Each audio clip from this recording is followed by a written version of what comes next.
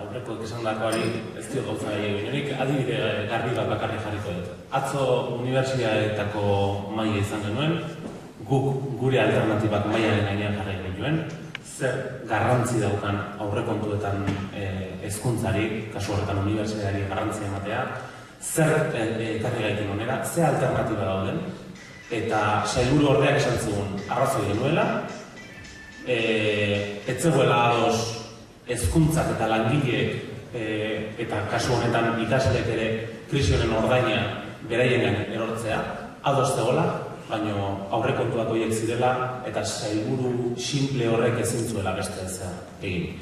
Egin dezake. Beraiek erabakitzen dituzte, guk ze aurrekontu izango ditugun, ze politika fiskal izango dugun, guk ze etorkizuna izango dugun horren baitan dago. Eta mailan ez badute hori zuzendu nahi, guk behartu behar ditugu hori zuzentzera.